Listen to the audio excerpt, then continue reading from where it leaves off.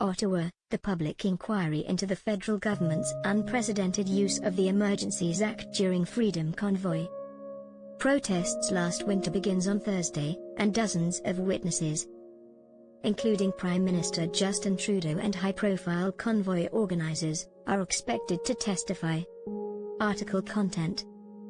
The Liberal government invoked the Emergencies Act on February 14, granting to police extraordinary temporary powers to clear people out of downtown Ottawa and to banks to freeze the accounts of some of those involved. The decision came after nearly 3 weeks of protesters whose trucks clogged downtown Ottawa streets and also set up blockades at several border crossings. Protesters, who had raised millions of dollars through online crowdfunding sites, were calling for an end to the federal government's COVID-19 vaccine mandates, and in some cases an end to the Trudeau government. Protesters had set up a bouncy castle, a hot tub and dozens of structures on the streets surrounding Parliament Hill by mid-February, while people in big rigs kept their trucks running and blared their horns day and night until a court injunction lessened the noise. Protesters pledged to stay. The noise and disruption led to mounting public frustration from people living nearby, and Ottawa police and city officials described a state of lawlessness as they struggled to maintain order. Trudeau cited serious challenges to law enforcement's ability to effectively enforce the law when he announced plans to invoke the Act for the first time since it was introduced in 1988. "This is about keeping Canadians safe, protecting people's jobs and restoring confidence in our institutions," he said at the time. Article content. The Emergencies Act requires that a public inquiry be called to examine the government's decision-making anytime it is invoked. The Public Order Emergency Commission and Ontario Appeal Court Justice Paul Rouleau, who is the lead commissioner, will assess the basis for the government's decision and the appropriateness and effectiveness of the measures taken to deal with the blockades. They will also review whether there should be any changes to the Emergencies Act itself. Since it was established on April 25, the Commission has been collecting documents and interviewing dozens of people, including central figures in the Freedom Convoy such as Tamara Lich, Chris Barber, Pat King, and James Bowder, all facing criminal charges for their roles. Article content. A draft list of potential witnesses at the hearings includes outgoing Ottawa Mayor Jim Watson and senior city officials, members of the Ottawa Police Services Board, and David Vigneault, director of the Canadian Security Intelligence Service.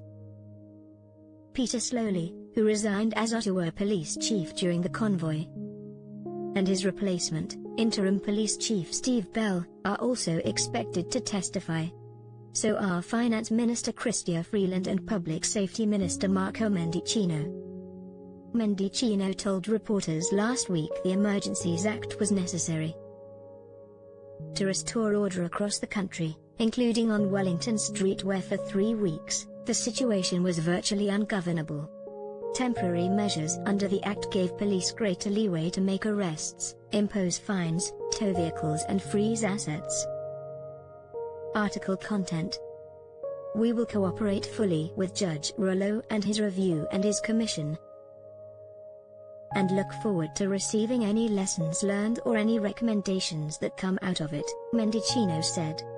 Keith Wilson, a lawyer with the Justice Center for Constitutional Freedoms, who is representing a number of key convoy organizers, said his clients are eager to talk about what was happening and why they were in Ottawa. They're hoping it will become apparent, which many already know, that there was no need to invoke the Emergencies Act, he said. A number of community groups representing people living in and around downtown Ottawa are also taking part.